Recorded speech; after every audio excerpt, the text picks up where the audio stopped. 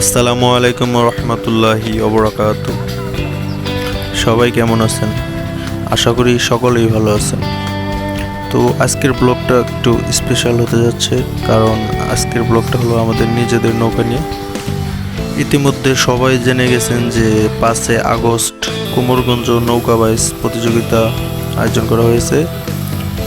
তো ইনশাল্লাহ সবাই শুধু মেসেজ করতেন, কমেন্টস করতেন, হাতনিরাজের কী অবস্থা, হাতনিরাজের কী অবস্থা। তো ইনশাল্লাহ যদি সব ঠিকঠাক থাকে তাহলে কুমারগঞ্জের বাইচটা হাতনিরাজ খেলবে। তো সবাই যাবেন নৌকা বাইচ দেখতে। বাইচ দেখতে পাচ্ছেন নৌকাটি প্রস্তুত করা হচ্ছে।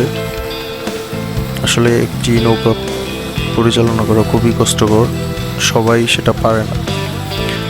দেখেন সবাই কঠোর পরিশ্রম দিচ্ছে। আমাদের আয়ুব কাজ রেখে, কাজ কাম সব বাদতে রেখে এসে নৌকায় পরিশ্রম করতেছে। সবাই যার যার নিজ নিজ নিজ জায়গা থেকে সবার সেরাটা দিচ্ছে আর কি। আজকে কিন্তু প্রচণ্ড গরম ছিল, খুবই কষ্ট হইতেছিল। তারপরও নৌকা একটা এমন একটা আনন্দের জিনিস, কষ্ট মনে হয় না। আর একটা রিকোয়েস্ট, দেশের বাইরে থেকে যারা এই ভিডিওটা দেখতেছেন, কষ্ট করে একটা লাইক দিয়ে দিবেন। ভিডিও ভালো লাগলে ফলো করে আমাদের সাথেই থাকবেন।